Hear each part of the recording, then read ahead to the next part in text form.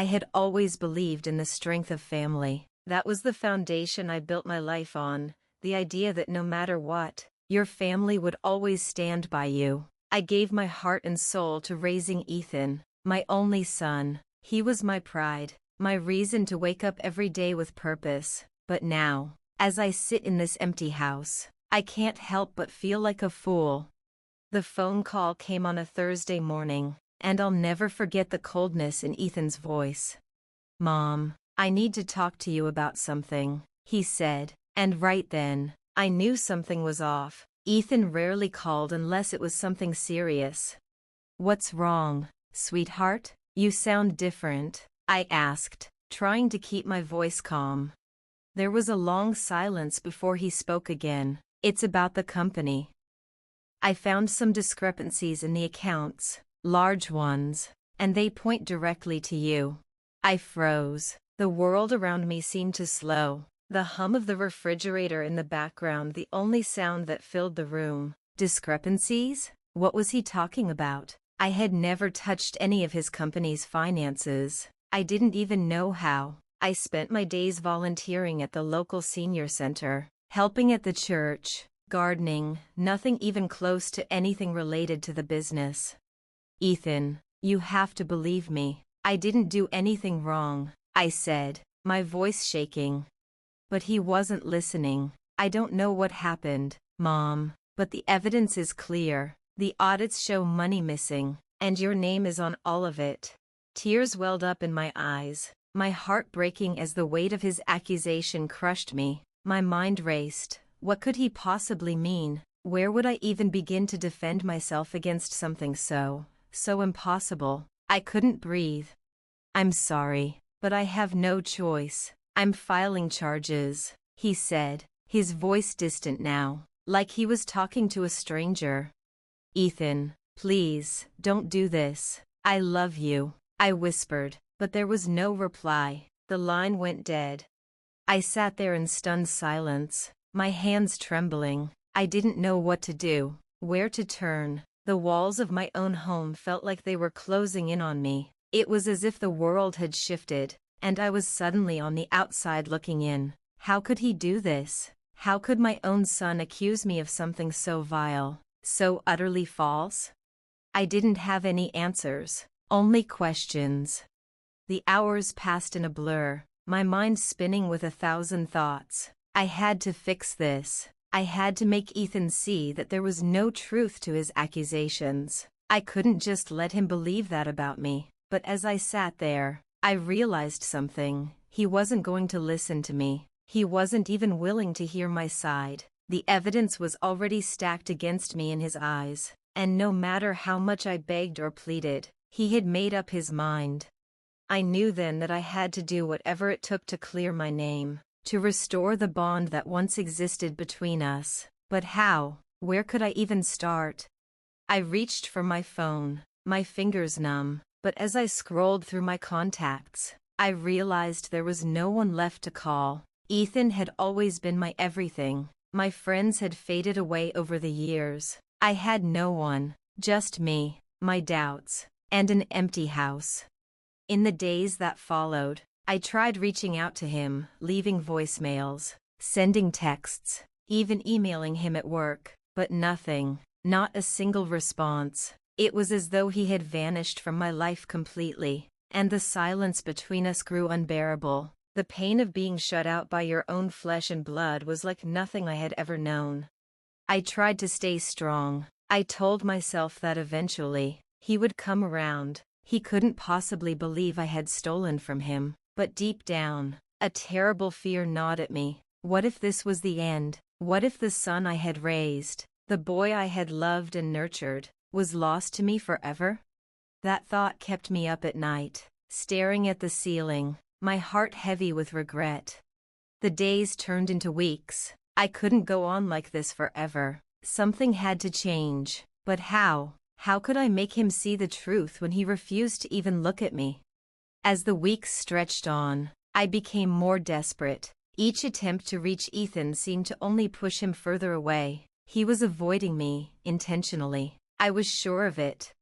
I didn't know what I was supposed to do next, but I couldn't give up. I wouldn't, even if it meant sacrificing everything I had left. I had to fix this. I had to fix us. But deep inside, a tiny voice whispered something I didn't want to hear. What if this was the beginning of the end? What if Ethan was never coming back?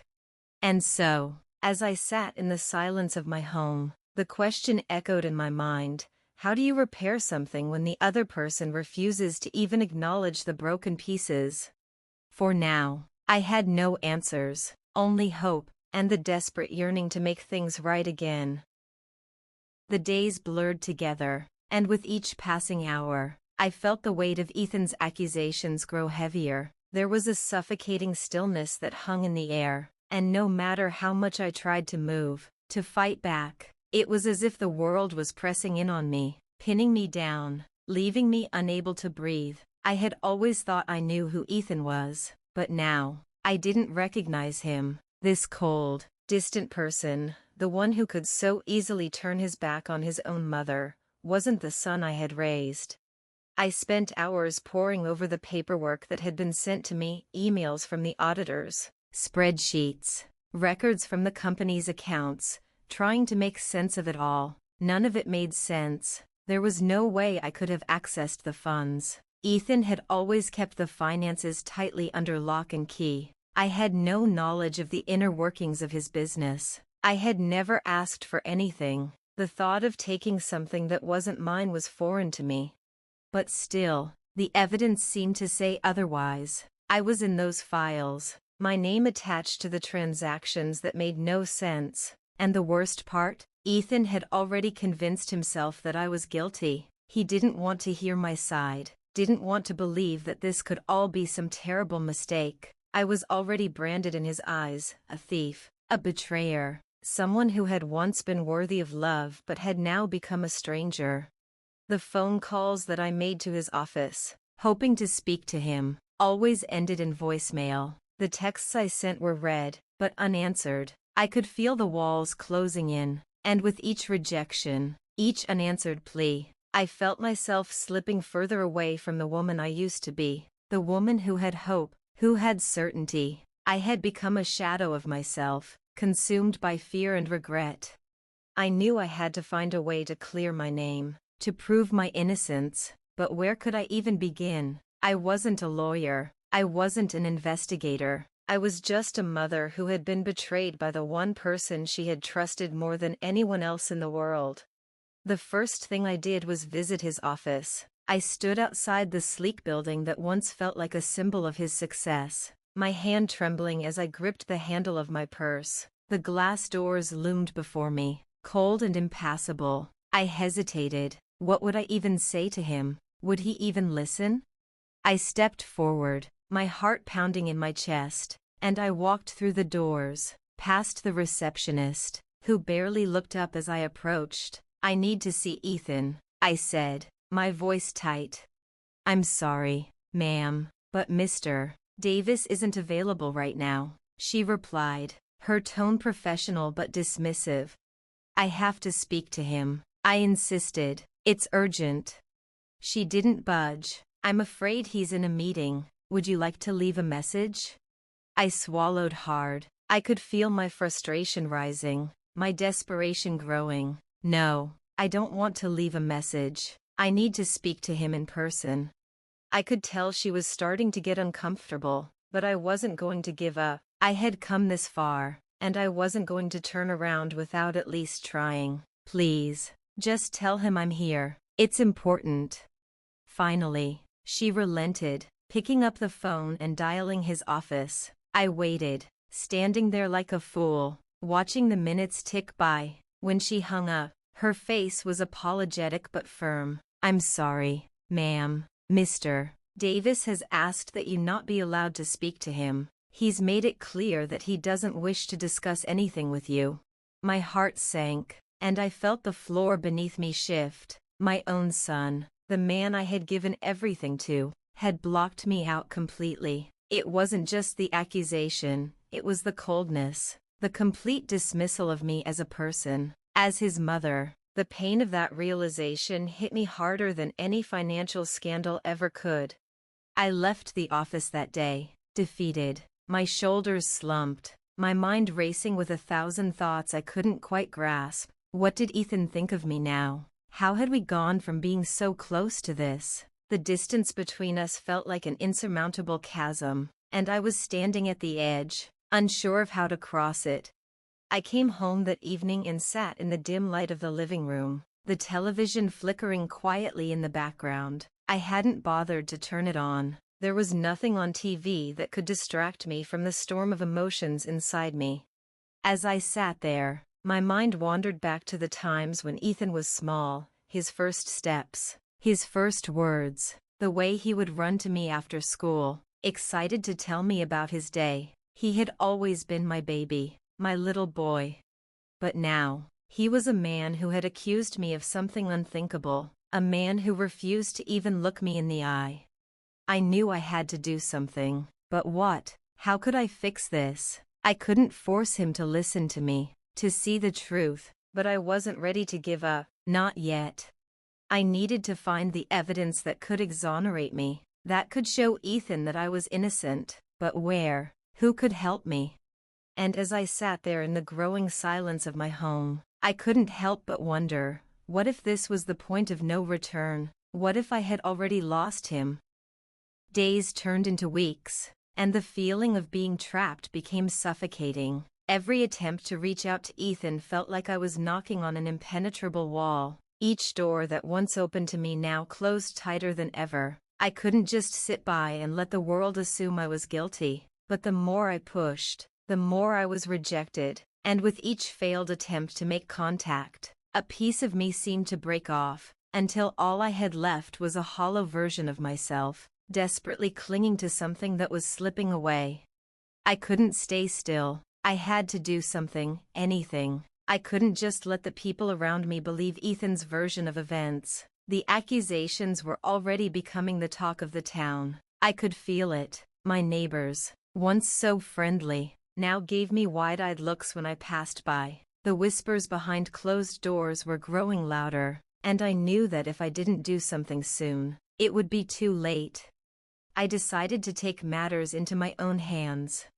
The first thing I did was reach out to a lawyer. I had no idea what I was doing, but I had to start somewhere. I didn't even know what kind of lawyer would handle something like this, but I couldn't afford to waste time. The one I found was a woman named Julia Hernandez, a no-nonsense attorney with a reputation for taking on difficult cases. She listened to my story in silence. Her eyes narrowed as she took notes, but I could see the skepticism in her expression. She didn't say it outright, but I knew she didn't believe me. Who would? "You say your son is accusing you of embezzling from his company," she began. Her voice clipped. "And you say you have no idea how the money ended up in your name. Is that correct?" I nodded, feeling the weight of my words pressing down on me. I would never do something like that. Ethan. He's my son. I've raised him. I've given everything for him. I don't know why he's doing this. Julia paused, looking at me carefully. "It sounds like you've tried to talk to him about this. What has he said?" "He won't speak to me," I answered, my voice breaking slightly. "He's shut me out completely." "I understand this is hard," Julia said softly, but there was no pity in her voice. "But you have to understand something. If the allegations against you are true, the evidence could be substantial. There's a lot at stake here. Your son is involved in a serious business, and if he's accusing you of this, it's because he has something on you, something that connects you to the crime." "But I don't know anything about it," I pleaded. "I don't even know how to get into his accounts, let alone steal from them." She didn't respond right away, and I could see that she was carefully weighing her words. "It's important that you start thinking about the situation logically, Margaret. People lie. They make mistakes. Even people you trust. Even family." Her words stung, but I knew she was right. People could betray you. And the harsh truth was that Ethan wasn't the little boy I used to hold in my arms. He had grown into someone I no longer understood. The thought of him doing this to me, accusing me of something so heinous, was more than I could bear. But if I was to fight this, if I was to prove my innocence, I needed to be prepared. "I'll help you gather information," Julia said after a long silence, "but you need to be prepared for the possibility that you might not get the result you want. If there's evidence against you, it's going to be hard to fight." I nodded numbly. I didn't have any other choice. If I didn't fight, if I didn't do everything I could to clear my name, I would lose more than just my freedom. I would lose Ethan. I left Julia's office with a hollow sense of determination. I was doing the right thing. I had to believe that. But the truth, the harsh truth that had begun to settle in the pit of my stomach, was that I might never get Ethan back. The next few days were spent gathering everything I could. Julia's office had provided me with a list of documents I needed to get from Ethan's company: transaction records, audit reports, emails, and I spent hours in front of the computer, my eyes blurry from staring at the screen. But the more I dug, the more confusing everything became. There were holes in the records, gaps where information should have been, and inconsistencies that I couldn't explain. But one thing stood out to me more than anything: there was no direct evidence that connected me to any wrongdoing, no smoking gun, no trail that led straight to me. It was then that I realized something terrifying. Ethan had to have planted the evidence. He had to have manipulated the records to make it look like I was involved. But why? What did he have to gain from destroying me like this? I couldn't understand it. I tried to picture him, the Ethan I raised, doing something so calculated, so malicious. But the image didn't match the boy I had known, the boy who once needed me for everything, the boy who trusted me, who smiled up at me with so much love. Where had that Ethan gone? The more I thought about it, the more I started to wonder if I had missed something all those years. Was this just a slow unraveling that had been happening beneath the surface? Something I had never seen until it was too late? There was no way to know for sure, but what I did know was this: I couldn't stop now. I had to fight, even if it meant fighting against my own son. I would never stop trying to get the truth out, no matter what it cost. But as the days passed, the desperation in me grew. The pressure to prove myself, to repair the relationship with Ethan, began to feel unbearable, and with every passing moment, I feared that I was losing him forever. I had thought that things couldn't get any worse, but every day felt like a new low, as if the world was slowly pulling away from me, one piece at a time. It was no longer just the accusation of theft that haunted me. It was the emotional isolation, the empty phone calls, the unanswered emails, the void where Ethan used to be. It felt like I was losing everything that had ever mattered to me, and I couldn't even see the way forward anymore. I was drowning in a sea of lies, doubt, and regret. Julia had tried to prepare me for what was to come. She'd told me that the legal system wasn't quick, that there were no guarantees. But even with her help, there was something gnawing at me, an undeniable truth that I had refused to face until now. I wasn't just fighting for my innocence. I was fighting for my relationship with Ethan, and that might have been the hardest thing of all. Every moment without him was like a slow death. I found myself revisiting old memories, looking at pictures from when he was small, when he still needed me. It felt like those days belonged to another life, one that had been erased in an instant. I missed him so much it physically hurt. I wanted to yell at him, to beg him to hear me, to understand that I hadn't done anything wrong, but I knew that if I did, I would only push him further away. One afternoon, I sat in my car outside his apartment building. I didn't know what I expected. Perhaps I thought that if I just showed up, he would look at me and see the woman who raised him, the woman who loved him unconditionally. But as I sat there, staring up at his balcony, I knew it was hopeless. He wouldn't let me in. He wouldn't even let me speak. I wanted to turn away, to drive home and forget this painful chapter of my life. But something inside me refused to give up. I couldn't just keep waiting for him to come around. I needed to do something, anything, to break through the wall he had built between us. I stepped out of the car and walked toward the building, my heart pounding in my chest. I could hear my breath coming fast, a knot forming in my stomach. When I reached the door, I hesitated, my hand on the cold metal handle. What was I even doing? What if he called the police? What if I made things worse? But then I thought about the years I had spent raising him, the sacrifices I had made, the love I had poured into him. I thought about the little boy who had looked up at me with so much trust and adoration. Could I just let him believe I was guilty of something so horrible? I pushed open the door and walked toward the elevators. The building felt unfamiliar, sterile, as if it were a place for strangers, not family. As I rode up to his floor, I felt like a trespasser in my own life, an imposter. When the elevator doors opened, I stood for a moment, staring down the hallway, wondering if this was a mistake. I knocked on his door. The seconds stretched on forever. I didn't know how long I stood there, but it felt like an eternity. Finally, the door cracked open, and Ethan's face appeared. His eyes were cold, distant, so different from the warmth I had once known. "What are you doing here?" he asked, his voice flat. There was no recognition, no sign of the love we had shared for so many years. He looked at me as though I were a stranger. I just want to talk," I said, my voice shaking. "Please, Ethan, I need you to listen."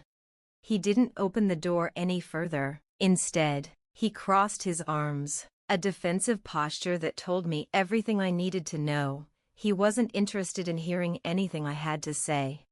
"I have nothing to say to you," he replied coldly. "You made your choices."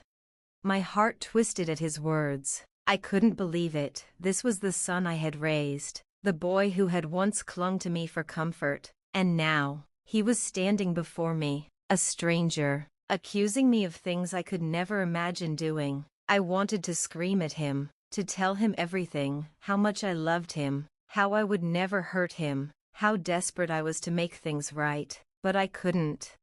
Tears blurred my vision, and for a moment, I felt like I might collapse, but I couldn't. I couldn't give him the satisfaction of seeing me broken. I took a deep breath, trying to steady myself. "I didn't do it, Ethan," I whispered. "I would never hurt you like that. Please, please give me a chance to prove it." But his face didn't change. He didn't budge. After a long, painful silence, he turned his back on me and closed the door with a finality that cut deeper than any words ever could. I stood there for a long time, frozen in place, staring at the closed door. My hands shook, and I felt a lump in my throat that I couldn't swallow. It was over. I had no idea what to do anymore. I had tried everything, begging, pleading, even confronting him, and nothing had worked. There was nothing left to say. I turned away from his door, the pain in my chest almost unbearable. I felt like I was being torn apart from the inside out. My son, the one person who should have stood by me, had turned against me completely. I didn't know if I could survive this kind of betrayal. As I walked back to the elevator, my mind raced. I knew I couldn't give up, but I didn't know what else to try. How could I fight for a relationship when the person I was fighting for refused to even look at me? I got into my car, my hands still trembling, and drove aimlessly through the streets of Sacramento. The city, once familiar and comforting, now felt like a maze. I couldn't see the way forward anymore. I was at a crossroads, but I had no map, no guide. What was I supposed to do now? What if Ethan was lost to me forever? I didn't know how much more I could take. And so, I sat in the car, staring at the road ahead, unsure of what to do next. All I knew was that the fight wasn't over. I just didn't know if I had the strength to continue.